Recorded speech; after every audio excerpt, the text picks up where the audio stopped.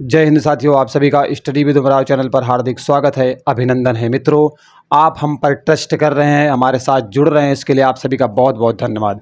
मित्रों, आज के इस वीडियो में हम जीके जीएस के नॉन स्टॉप 100 क्वेश्चन का पार्ट सेकंड देखेंगे।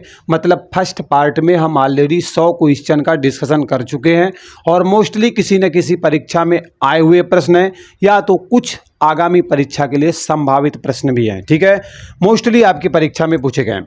तो चलिए, आपकी कोई भी एक दिवसीय परीक्षा है, वन लाइनर फॉर्मेट में मैं लेकर के आया हूं, जिससे क्विक फास्ट रिवीजन किया जा सके और स्कोर ठीक ठाक आपके जीके जीएस में किया जा सके। ठीक है, चलिए शुरुआत करते हैं समय न गवाते हुए।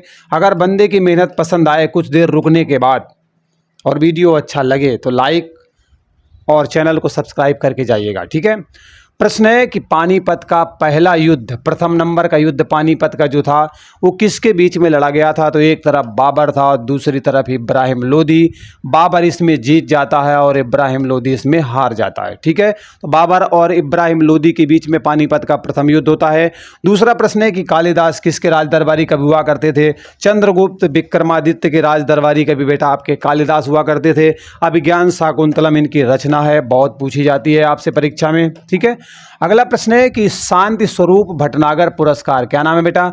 शांति स्वरूप भटनागर पुरस्कार किस क्षेत्र में दिया जाता है, किस फील्ड में दिया जाता है? तो इसका राइट आंसर है विज्ञान के क्षेत्र में, साइंस के क्षेत्र में विशेष योगदान देने वाले व्यक्तियों को शांति स्वरूप भटनागर पुरस्कार दिया जाता है। अगला प्रश्न है विद्युत ऊर्जा को यांत्रिक ऊर्जा में बदलने वाला उपकरण कौन सा है? कहना चाहता है कि विद्युत ऊर्जा को यांत्रिक ऊर्जा में कौन सा उपकरण चेंज करता है? तो नाम ही है विद्युत ऊर्जा, मतलब विद्युत motor is the right answer. विद्युत मोटर क्या करती है बेटा?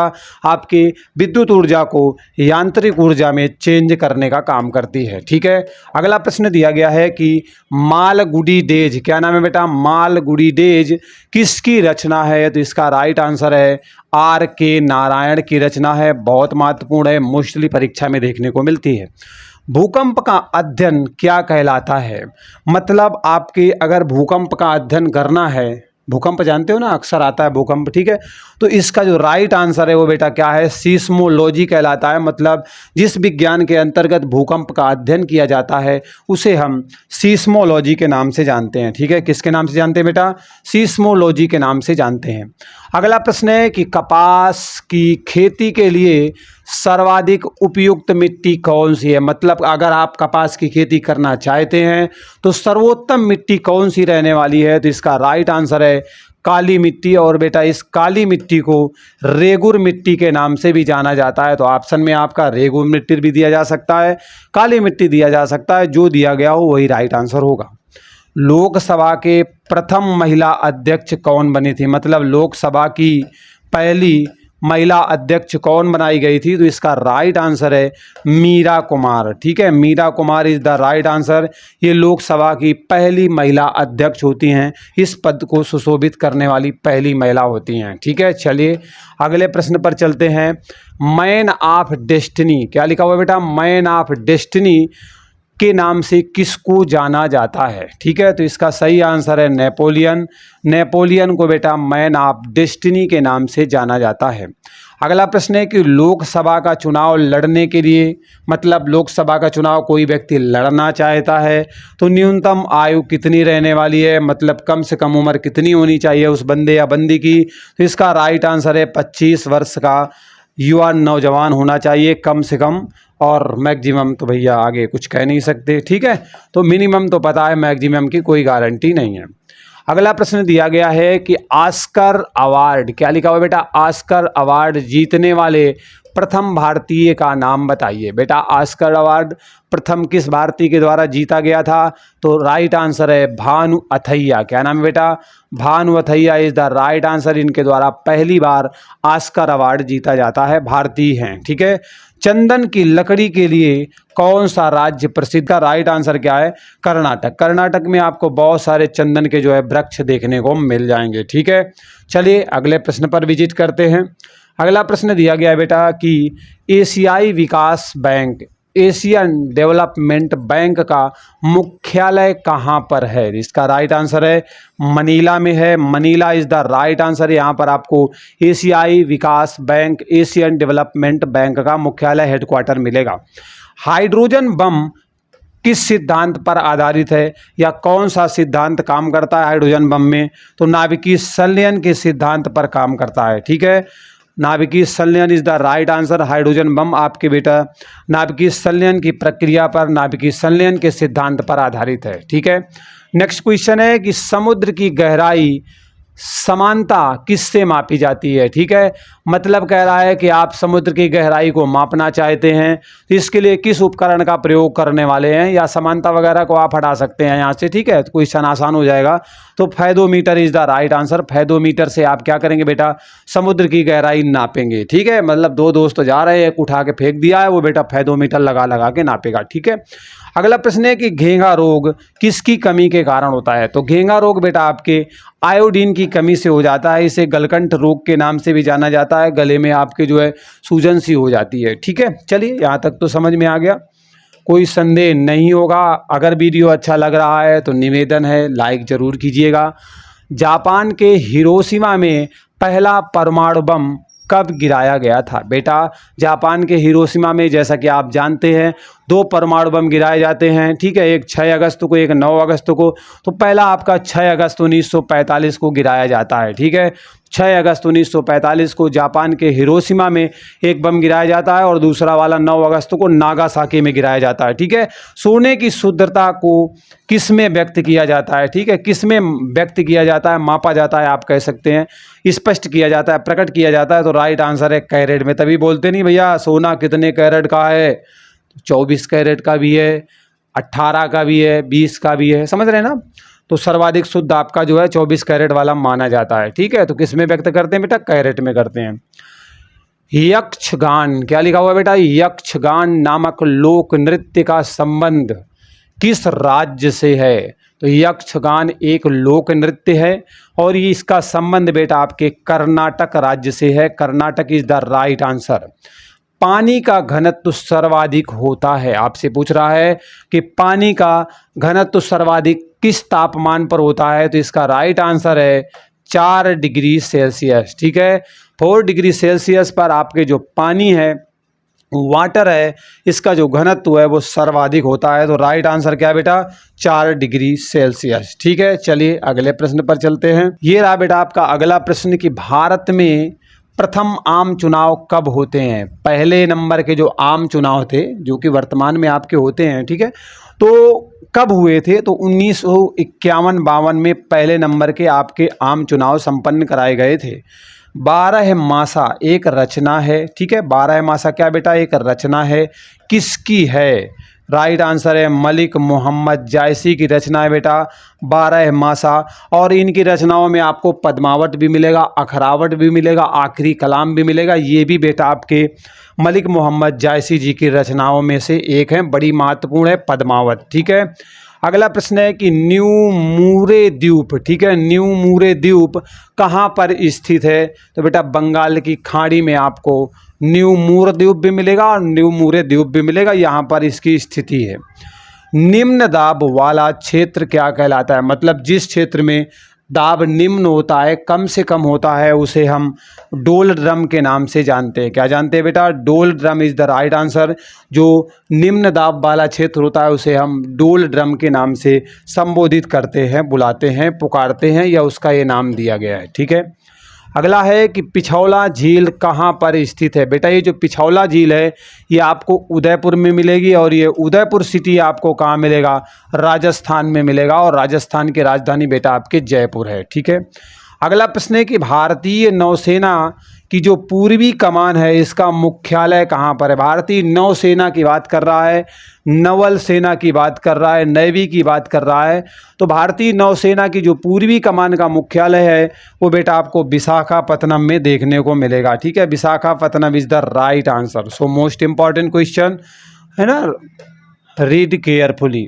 अगला प्रश्न है कि ध्वनि का वेग इस्पात में होता है, मतलब कह रहा है कि इस्पात है लोहा जिसे आप बोलते हो, तो ध्वनि का वेग इसमें कितना रहने वाला है, तो अधिकतम रहने वाला है, मैक्सिमम आपको मिलेगा।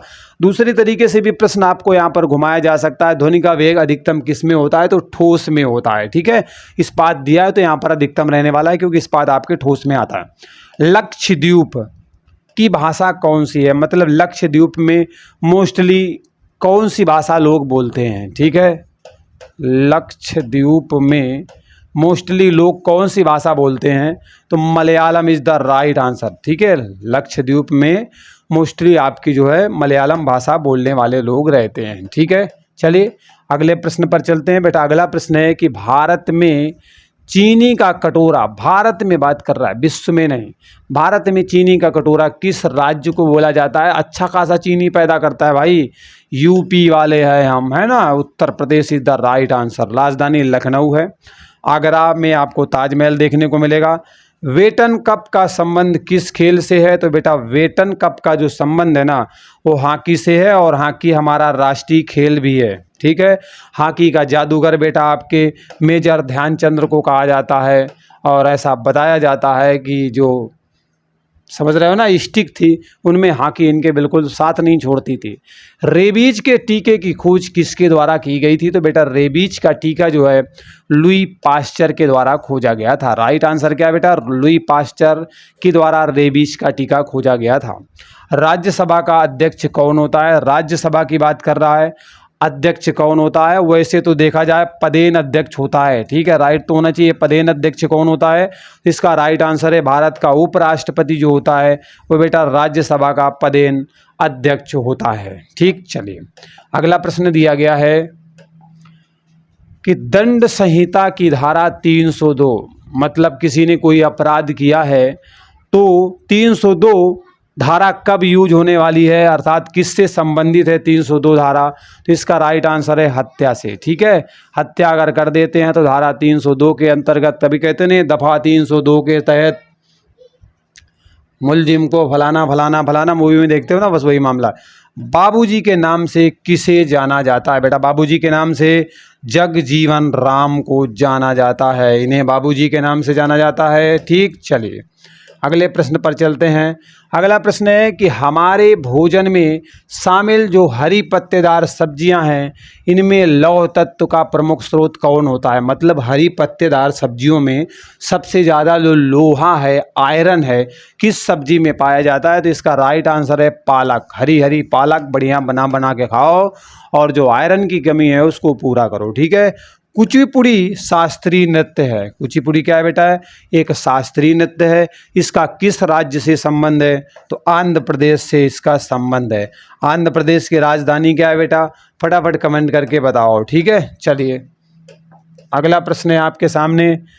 कैल्शियम कार्बाइड पर पानी गिराने से कौन सी गैस उत्पन्न होने वाली है, मतलब कैल्शियम कार्बाइड आपने ले रखा है और उसमें आपने पानी गिरा दिया है तो एसिटिलीन गैस बन करके तैयार होने वाली है। ठीक है, एसिटिलीन गैस आपकी तैयार होने वाली है। शायद इसका C2H2 फार्मूला है क्या, बताना कमेंट करके। ठीक है, एथिलीन का C2H4 होता है। ठीक है, CH4 आपके मेथेन का होता है। अगला प्रश्न है कि संसार का सबसे बड़ा डाक नेटवर्क किस देश में आपको मिलेगा। ठीक है, तो संसार का सबसे बड़ा डाक नेटवर्क बेटा आपको भारत में मिलने वाला है, इंडिया में मिलने वाला है, डाक के मामले में, है ना, चिट्ठी भेजने के मामले में। ठीक है, चलिए अगला प्रश्न है कि किस मुगल शासक के शासनकाल में मुगल सेना में सर्वाधिक हिंदू सेनापति हुआ करते थे। शायद इस प्रश्न का आंसर मैंने आपको बताया है, औरंगजेब, जब उसमें आंसर आया था कि जिंदा पीर किसे कहा जाता है तो वहाँ पर बताया था। प्रश्न तो अलग है लेकिन आंसर ये मैंने बताया था कि जिंदा पीर जो है औरंगजेब को कहा जाता है, और इसके समय में जो है बहुत सारे हिंदू सेनापति होते हैं बड़े बड़े पदों पर। तो राइट आंसर है बेटा क्या, औरंगजेब। जिंदा पीर भी बोला जाता है, ध्यान रखना। प्रसिद्ध गीत आए मेरे वतन के लोगों, इसके रचनाकार कौन है, तो इसका राइट आंसर है प्रदीप। ठीक है, Pradeep is the right answer. चलिए नेक्स्ट क्वेश्चन पर चलते हैं। अगला प्रश्न दिया गया है बेटा कि स्पीड पोस्ट, क्या लिखा हुआ है, स्पीड पोस्ट नामक एक पुस्तक है, किसके द्वारा लिखी गई है, तो शोभा डे के द्वारा लिखी गई है स्पीड पोस्ट। तो Shobha De is the right answer. बेटा 1 लाइन फॉर्मेट में है और बहुत मैं तेज़ी के साथ चलने की कोशिश कर रहा हूँ जिससे बहुत फास्ट रिवीजन हो, लेकिन फिर भी मैं समझाने का प्रयास कर रहा हूँ कम से कम समय में। ग्रेसम का जो नियम है किससे संबंधित है, तो ग्रेसम का नियम मुद्रा के प्रचलन से संबंधित है। ठीक है, अगर मुद्रा के प्रचलन के बारे में जानना है तो आपको ग्रेसम का नियम समझना होगा। ठीक, चलिए यहाँ तक समझ में आ गया बच्चों। अगला प्रश्न दिया गया है कि गोलकुंडा का किला किस राज्य में मिलेगा, तो इसका राइट आंसर है तेलंगाना। ठीक है, तेलंगाना की राजधानी क्या है, फटाफट कमेंट करके बताओ बेटा। गोलकुंडा का किला किस राज्य में है, तो तेलंगाना में मिलेगा आपको।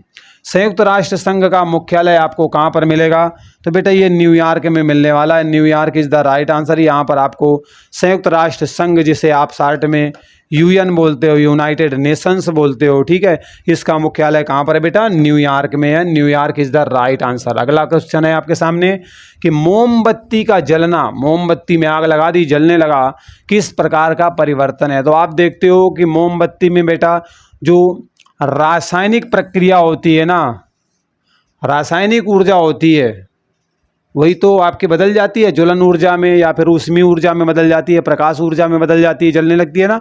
तो मोमबत्ती का जो जलना है किस प्रकार के परिवर्तन में आता है, तो रासायनिक परिवर्तन की कैटेगरी में आता है। ठीक है, न्यूरॉन किसकी इकाई है, तो बेटा न्यूरॉन आपके तंत्रिका ऊतक की इकाई है। ठीक है, इसलिए शरीर में न्यूरॉन का, मस्तिष्क में न्यूरॉन का बनना बहुत ज़रूरी है। इससे जो है पूरे शरीर पर हमारा नियंत्रण रहता है, सोचने समझने की क्षमताएं हमारी तेज़ी से बढ़ती रहती हैं, तो न्यूरॉन का डेवलपमेंट बहुत ज़रूरी है। रोल्ड गोल्ड, ठीक है, रोल्ड गोल्ड मोस्टली वर्तमान में यूज हो रही है, किसकी मिश्र धातु है ना। चोरी चमारी से बचना है तो बेहतर तरीका है कि आप सफ़र पे निकलें तो भाई ज़्यादा आभूषण वगैरह पहन के ना निकलें, क्योंकि नुकसान हो सकता है। ठीक है, नालायक क्योंकि नज़र बनी रहती है। अब हम बात करें अगर रोल्ड गोल्ड की, तो बेटा रोल्ड गोल्ड आपके तांबा और एल्युमिनियम का मिश्रण होता है। चोरी हो भी गया तो हमारा क्या ले गया, 100, 150, 500 का ले गया, लाओ खुश में जाओ, है ना, कोई दिक्कत नहीं। धान के खेत में होने वाला जो खैरा रोग होता है, ठीक है, धान के खेत में बेटा जो खैरा रोग हो जाता है किसकी कमी से होता है, तो जब जिंक की कमी आपके खेत में हो जाएगी ना, धान के खेत में, तो वहाँ पर बेटा खैरा रोग देखने को मिलेगा। तो ये खैरा रोग आपके जो है धान की फसल से संबंधित है। ठीक है, अगला प्रश्न दिया गया है कि मेट्टूर बांध किस नदी पर बनाया गया है। बेटा ये जो मेट्टूर बांध है ना, ये आपको कावेरी नदी में देखने को मिलेगा, तो कावेरी नदी इज द राइट आंसर है। अगला प्रश्न है कि भारत के प्रथम मुस्लिम राष्ट्रपति कौन बनते हैं।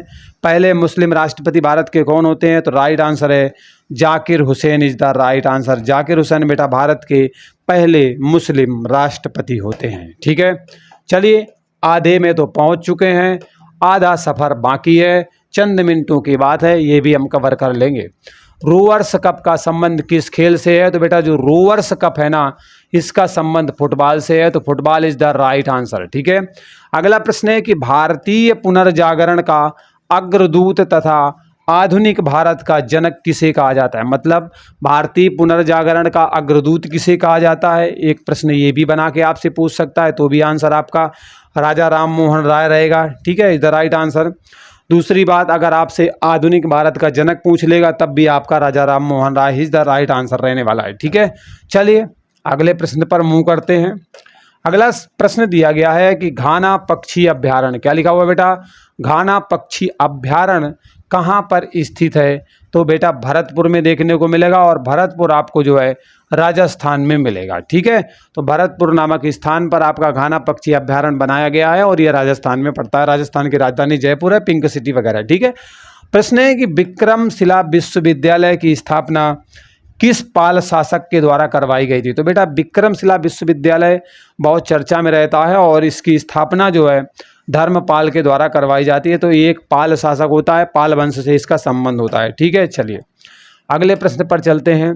अगला प्रश्न दिया गया है कि अंतर्राष्ट्रीय तिथि रेखा किस महासागर से होकर गुजरती है। ठीक है, अगर कहीं पे नज़र नहीं आ रहा, दिख नहीं रहा है, तो आप मुझे ध्यान से सुनिएगा, सारे मैटर क्लियर हो जाएंगे। ठीक है, तो बेटा क्या कह रहा है, अंतर्राष्ट्रीय तिथि रेखा किस महासागर से होकर गुजरती है?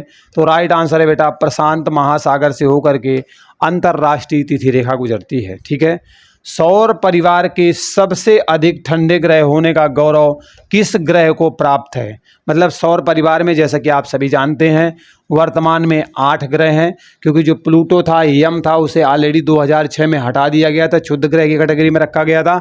अगर हम सौर परिवार की बात करें तो सबसे अधिक ठंडा ग्रह कौन सा है? तो इसका राइट आंसर है वरुण ग्रह। सबसे दूर है तो ठंडा है, स्वाभाविक सी बात है। ठीक है, चलिए आगे बढ़ जाते हैं। अगला प्रश्न दिया गया है कि स्टीलनेस स्टील, मोस्टली आप देखते हो स्टीलनेस स्टील के वगैरह के चाकू वगैरह आते हैं, ठीक है, जंग वंग नहीं लगती इनमें, तो किन धातुओं के मिश्रण से तैयार की जाती है? तो राइट आंसर है एक निकेल लिया जाता है और क्रोमियम लिया जाता है, दोनों को मिक्स करने के बाद स्टीलनेस स्टील तैयार होता है, जंग वंग इसमें नहीं लगता है। ठीक है। अगला प्रश्न है कि डोलोमाइट, क्या लिखा हुआ है बेटा? डोलोमाइट किसका अयस्क है? तो बेटा डोलोमाइट आपका मैग्नीशियम का अयस्क है। किसका अयस्क है? मैग्नीशियम का अयस्क है आपका बेटा डोलोमाइट। ठीक, चलिए अगले प्रश्न पर विजिट करते हैं। अगला सवाल दिया गया है कि सफ़ेद फास्फोरस को कहाँ पर रखा जाता है? सफ़ेद फास्फोरस मैंने आपको दे दिया कि जाओ बेटा रख दो जा करके, तो आप क्या करोगे? पानी में रख दोगे सुरक्षित करके। ठीक है, और कहीं रखोगे तो मुसीबत बढ़ जाएगी।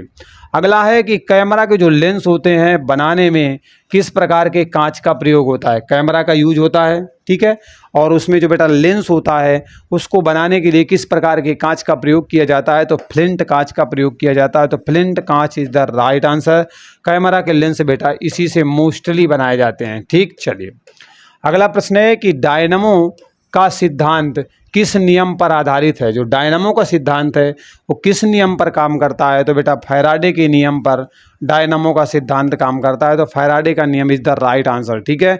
मांसपेशियों में कौन सा अम्ल पाया जाता है? बेटा जो आपकी मांसपेशियां होती हैं उनमें कौन सा अम्ल होता है? तो यहाँ पर आपको मायोसिन अम्ल मिलेगा, मायोसिन एसिड मिलेगा आपकी मांसपेशियों में। ठीक है, चलिए वन लाइन प्रश्न है इसलिए ज़्यादा डिटेल में कर नहीं सकता, ठीक है, क्योंकि बहुत तेज़ी से कराना है। क्विक रिवीजन है। पुराणों की संख्या कितनी है? तो बेटा पुराणों की संख्या आपके जो है 18 है। ठीक है, सबसे पुराना पुराण कौन सा है? तो मत्स्य पुराण है, प्रामाणिक भी है। ठीक है। अगला प्रश्न है कि बाजार नियंत्रण प्रणाली किसके द्वारा शुरू की गई थी? तो बेटा बाजार नियंत्रण प्रणाली की जो शुरुआत है ना वो अलाउद्दीन खिलजी के द्वारा की गई थी। ठीक है, अलाउद्दीन खिलजी कौन था?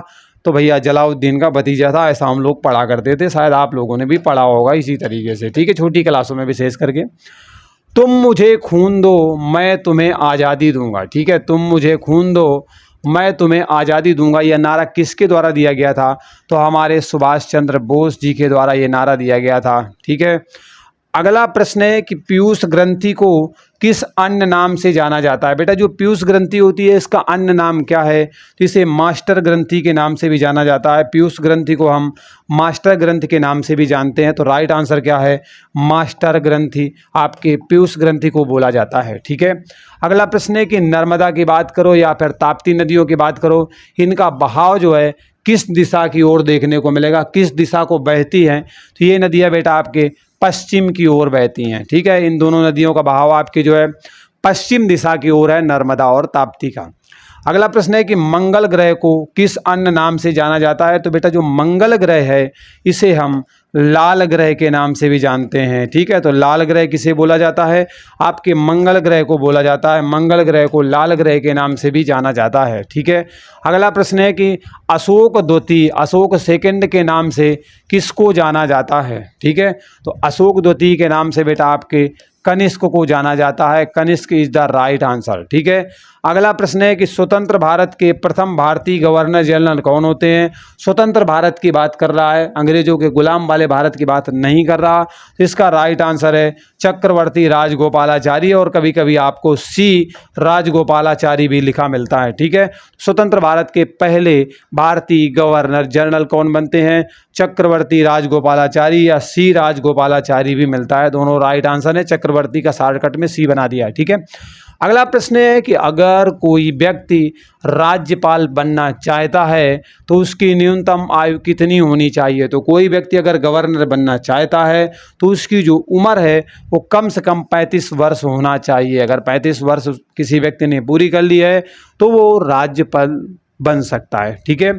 संसद को संविधान में संशोधन करने की शक्ति किस अनुच्छेद से मिलती है। तो संसद को अगर किसी संविधान में संशोधन करना है तो इसकी शक्ति अनुच्छेद 368 से मिलती है। तो अनुच्छेद 368 इज द राइट आंसर। ठीक है। अगला प्रश्न बेटा दिया गया है, विश्व खाद्य दिवस, क्या लिखा है बेटा, विश्व खाद्य दिवस कब मनाया जाता है।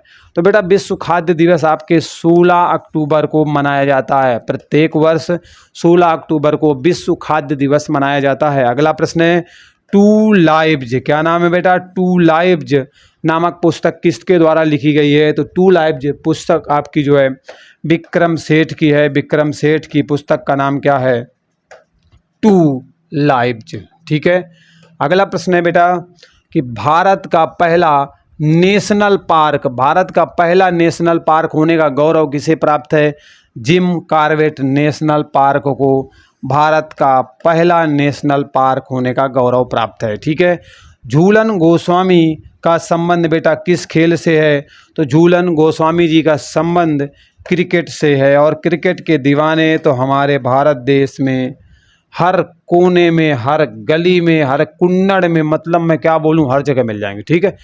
किसकी उपस्थिति के कारण खून लाल दिखाई देता है, लाल लाल खून दिखाई देता है। अच्छा ये बताओ टमाटर लाल किस वजह से दिखाई देता है, मैंने बताया आपको। ठीक है, चलो बताओ कमेंट करके। तो किसकी उपस्थिति के कारण खून लाल दिखाई देता है। तो बेटा हीमोग्लोबिन की वजह से ऐसा होता है। ठीक है, हीमोग्लोबिन की उपस्थिति की वजह से आपका जो खून है वो लाल रंग का दिखाई देता है। प्रथम फुटबॉल विश्व कप किस देश ने जीता था। पहले नंबर का जो फुटबॉल विश्व कप होता है इसमें कौन सा देश विजयी होता है। तो इसका राइट आंसर है Uruguay. Uruguay is the right answer. ठीक है, उरुग्वे, पराग्वे ये देश आपको जो है दक्षिण अमेरिका के देशों में मिलेंगे। अगला प्रश्न है कि सौंदर्य की देवी के नाम से किस ग्रह को जाना जाता है। लो, सौंदर्य की देवी है और नाम भैया ग्रह है। ठीक है, नक्षत्र की बात कर रहा है तो शुक्र ग्रह को कहा जाता है। और इसे भोर का तारा भी बोलते हैं, सांझ का तारा भी बोलते हैं, पृथ्वी की जुड़वा बहन भी बोलते हैं, चमकीला ग्रह भी बोलते हैं, बहुत सारे नाम है इसके। ठोस कार्बन डाइऑक्साइड, ठीक है, आपकी जो ठोस अवस्था में कार्बन डाइऑक्साइड है इसका जो अन्य नाम है ना, इसे शुष्क बर्फ के नाम से जाना जाता है। मोस्ट इम्पॉर्टेंट प्रश्न है, अक्सर मिलता है कि शुष्क जो है बर्फ को अन्य किस नाम से जाना जाता है। तो ठोस कार्बन डाइऑक्साइड दे देता है, या फिर ठोस कार्बन डाइऑक्साइड का अन्य नाम क्या है तो शुष्क बर्फ है, घुमा के दोनों तरफ से देता है। केंद्रीय सड़क अनुसंधान केंद्र क्या है बेटा, केंद्रीय सड़क अनुसंधान केंद्र कहाँ पर स्थित है। तो नई Delhi is the right answer. ठीक है, नेक्स्ट क्वेश्चन है कि बातें कम काम ज़्यादा, बातें कम पढ़ाई ज़्यादा, ठीक है, यह नारा किसके द्वारा दिया गया था। तो संजय गांधी के द्वारा दिया गया था कि बातें कम और काम ज़्यादा करो सभी लोग भाई। ठीक, चलिए अगला प्रश्न है, एशियाई विकास बैंक का मुख्यालय कहाँ पर है। एशियाई विकास बैंक का मुख्यालय कहाँ पर है। तो बेटा Manila is the right answer, Manila में आपको देखने को मिलेगा। ठीक है, दादा साहब फाल्के पुरस्कार किस क्षेत्र में दिया जाता है। तो ये बेटा आपको सिनेमा के क्षेत्र में देखने को मिलेगा। ठीक है, सिनेमा के क्षेत्र में दादा साहब फाल्के पुरस्कार बच्चों दिया जाता है। ठीक, अगला प्रश्न दिया गया है कि 3 बीघा कॉरिडोर किन 2 देशों को जोड़ने का काम करता है। तो बेटा जो 3 बीघा कॉरिडोर है ना, ये भारत और बांग्लादेश को जोड़ने का काम करता है। ठीक है, भारत और बांग्लादेश को जोड़ने का काम 3 बीघा कॉरिडोर करता है। सर्वप्रथम कपास का उत्पादन कहाँ पर किया गया था, किस एरा में किया गया था। तो बेटा हड़प्पा काल में किया गया था, जिसे आप सिंधु सभ्यता के नाम से भी जानते हैं, हड़प्पा सभ्यता के नाम से भी जानते हैं, मोहनजोदड़ो जिसका मतलब मृतकों का टीला है, बहुत प्रश्न पूछा जाता है। ठीक है, भारत का सबसे बड़ा वाणिज्यिक बैंक कौन सा है। भारत का सबसे बड़ा वाणिज्यिक बैंक कौन सा है बेटा, भारतीय स्टेट बैंक है, जिसे आप शॉर्ट में SBI के नाम से जानते हैं, स्टेट बैंक ऑफ इंडिया के नाम से जानते हैं। ये भारत का सबसे बड़ा वाणिज्यिक बैंक है। हृदय और उसकी बीमारियों के अध्ययन से संबंधित विज्ञान क्या कहलाता है? तो उसे बेटा कार्डियोलॉजी बोला जाता है। ठीक है, हृदय और उससे संबंधित जो बीमारियां हैं उनका अध्ययन करने वाला विज्ञान कार्डियोलॉजी कहलाता है। अगला प्रश्न है कि विश्व में सर्वाधिक इलायची का उत्पादन करने वाला कौन सा देश है? सबसे ज़्यादा किस देश में इलायची का उत्पादन होता है? तो Guatemala is the right answer. यहाँ इलायची नज़र आती है। ठीक है, भारत की स्वतंत्रता के समय भारतीय राष्ट्रीय कांग्रेस के अध्यक्ष कौन थे? मतलब जब भारत आपका स्वतंत्र हुआ था, होने वाला था, ठीक है, उस समय कौन थे अध्यक्ष? तो राइट आंसर है JB Kripalani is the right answer. JB Kripalani Bharat की स्वतंत्रता के समय भारतीय राष्ट्रीय कांग्रेस के अध्यक्ष हुआ करते थे। ठीक है, मोस्ट इंपॉर्टेंट प्रश्न है, ध्यान से देखिए।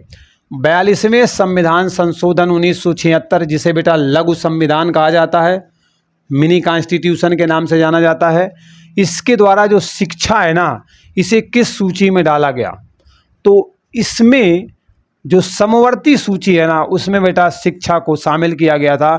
समवर्ती सूची वह सूची होती है जिसमें बेटा आपके केंद्र सरकार भी कानून बना सकती है, राज्य सरकार भी कानून बना सकती है, लेकिन जब दोनों के विषय सेम होंगे तो राज्य सरकार का जो कानून है ना, अगर सेम विषय पर बनता है तो वो निरस्त हो जाएगा और केंद्र सरकार वाला कानून मान्य बना रहेगा। ठीक है, मतलब सेम विषय पर केंद्र राज्य दोनों कानून बनाते हैं तो केंद्र वाला माना जाएगा, राज्य वाला नहीं माना जाएगा, कहने का मतलब है। ठीक है, चलिए, 3 सूची है, संघ सूची, राज्य सूची, समवर्ती सूची। उत्तर प्रदेश का मुरादाबाद किसके लिए जाना जाता है? तो मुरादाबाद पीतल के बर्तन बनाने के लिए जाना जाता है, उत्तर प्रदेश का मुरादाबाद शहर। ठीक, चलिए अगला प्रश्न बेटा, प्लेग को और किस अन्य नाम से जाना जाता है? प्लेग को बेटा काली मौत के नाम से जाना जाता है, बड़ा तड़प तड़प के आदमी मरता है। ठीक है, और विशेष करके चूहे फैलाने का काम करते हैं। इस बीमारी को बड़ी खतरनाक होती है।